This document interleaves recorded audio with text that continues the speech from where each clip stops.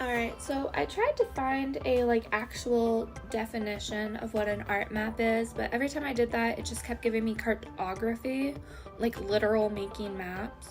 So I'm gonna explain it the way that I understood it from my art teacher, which is an art map is pretty much like a tracker of when you first started art to where you are now to where you want to be. So I started with a silver surface. It wasn't something that I did, but it was always something that I thought was really cool growing up. And then I started working on I guess it's a mandala, sort of, but for me, it was literally just doing petals and then putting lines inside the petals just because it looked cool. And it was something that I did continuously, like religiously when I was in school, from middle school until high school, something like that. And I just have pages and pages of it all over my notes and whatever else. Just this huge flower with these leaves just surrounding it. So that is where I am starting. That is my background because that has always been my background for my school notes and whatever else. And it was where I kind of started with my art.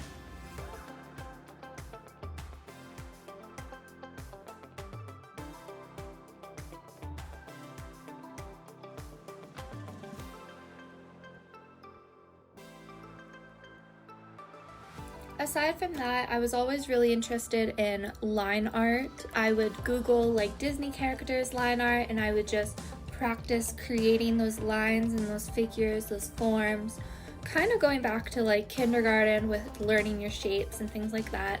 So I thought it would be kind of a poetic example to go back to shapes. So I actually used some of my niece's toys and I traced them to make circles, rectangles, squares. Probably could have done triangles, but I just didn't feel like trying to split the squares and triangles in half.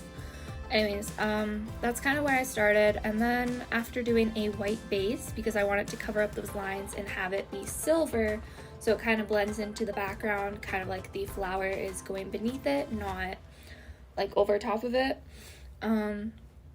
I just did that repeatedly.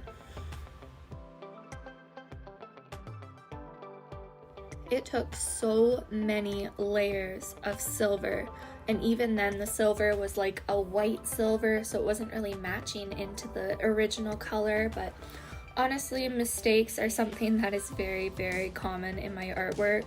Even if it's something stupid like I can't get the colors to match, it's just a very common aspect of my art ever since I started. I always love when I do stuff like that because it's nobody can really copy this because even I wasn't meaning to do it.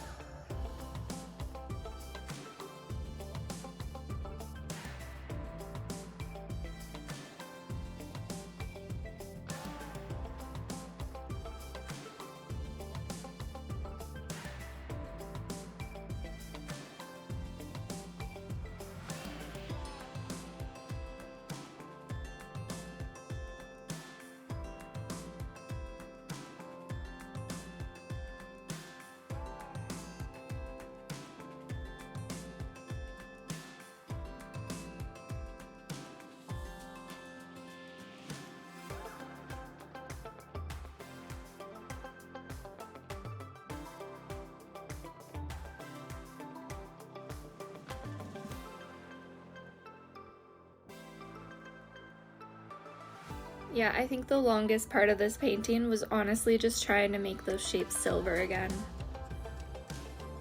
So next I decided to go again with the line figures because even in high school, line figures were kind of my go-to. All of my art projects were line figures to some extent.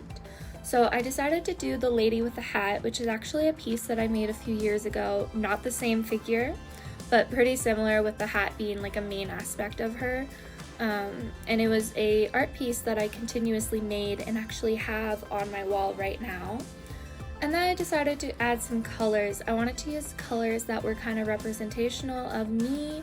So I used purples. Purples were my favorite color growing up. For years, I absolutely refused to admit that pink was my favorite color because it was so stereotypical.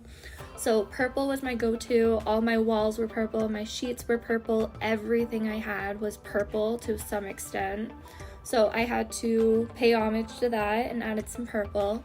And then I decided to do blue because currently the last like half year, I don't even know, the last few months, last semester, blue was my go-to for all of my paintings.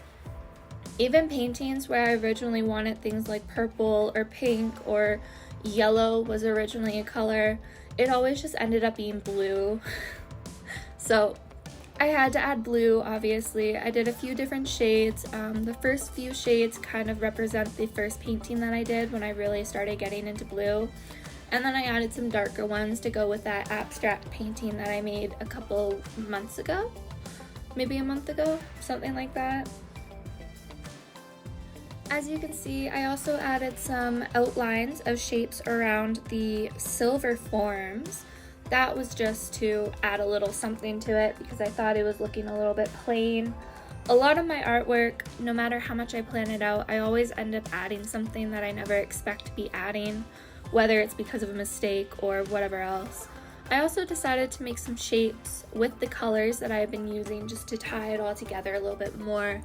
I think it turned out pretty nice. I love those blues that I used, although I did have to change the purple a little bit.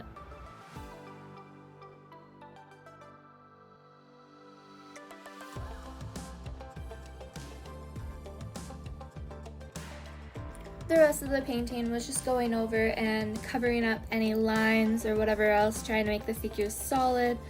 And that was about it. I hope you enjoyed, and let me know in the comments if you want to see more videos like this.